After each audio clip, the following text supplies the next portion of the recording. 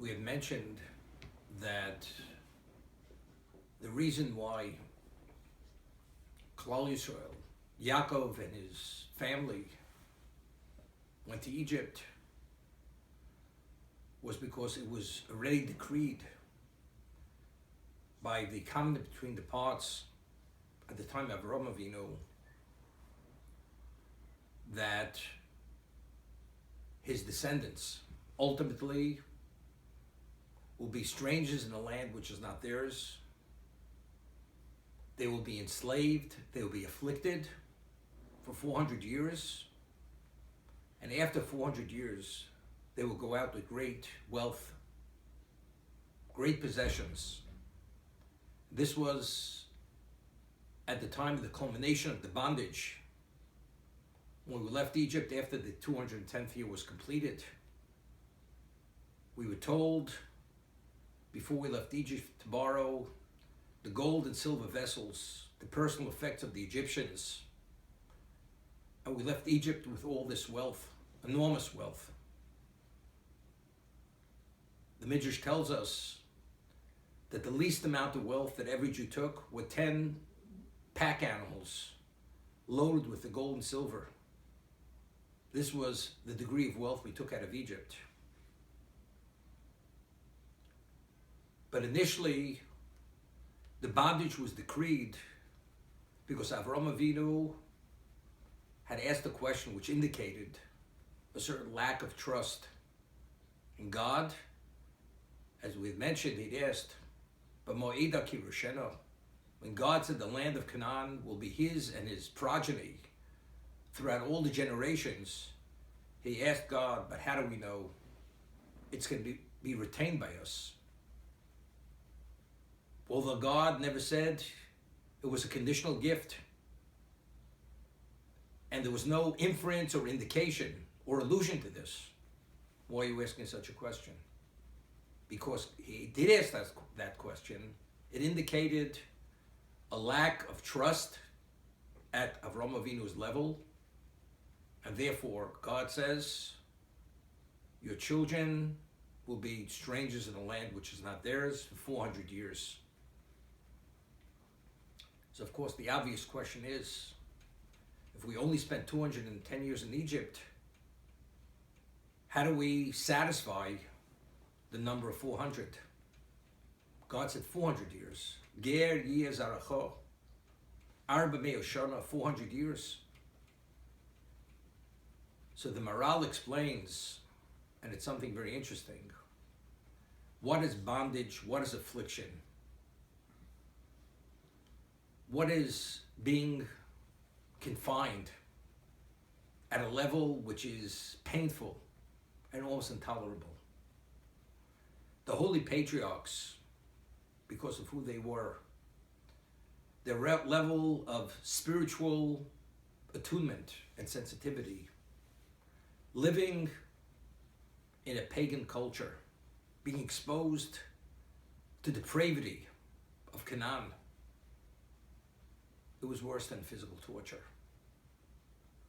It's something which they abhorred. It's something they had difficulty tolerating.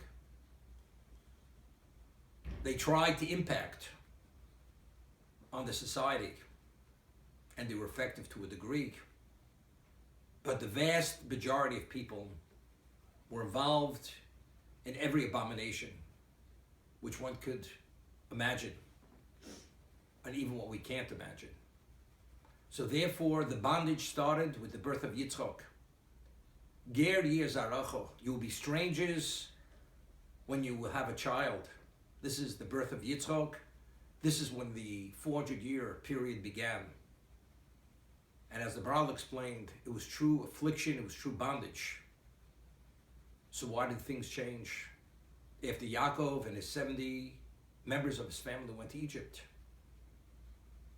And the Torah tells us it was only after that generation passed away that they enslave, that they appoint taskmasters over the Jew to produce quotas of brick and mortar. Then it became a physical bondage. Why the transition from the spiritual bondage to the physical bondage. So it's very interesting. Initially, the Midrash tells us the Jews were revered by the Egyptian people. They admired Yaakov and his family, especially being the family of Yosef, who was the viceroy of Egypt. If not for Yosef's divine genius and his overseeing the famine and the plenty, Egypt would have perished through starvation. Egypt became the mightiest power and the wealthiest nation in the world only due to Yosef's financial acuity, expertise, that he gathered the wealth of the world to Egypt. And this is Yaakov's father and his siblings and their children and their families. They were seen as special by the Egyptians. When did the change take place? So the Midrash tells us that after Yosef and the generation passed away, the Jews said, we want to be like the Egyptians. And they stopped circumcising themselves.